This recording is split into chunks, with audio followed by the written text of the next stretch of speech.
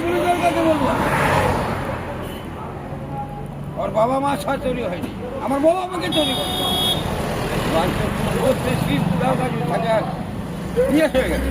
আমার মা মানুষ করেছে, আমি বহুদূর খাই মানুষ হয়নি।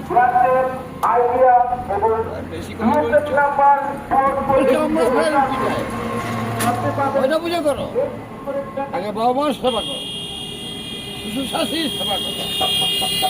দেবতা মাটির দেবতা পূজা করে কোনো লাউড়া খাবে না, আমার মা খাবে।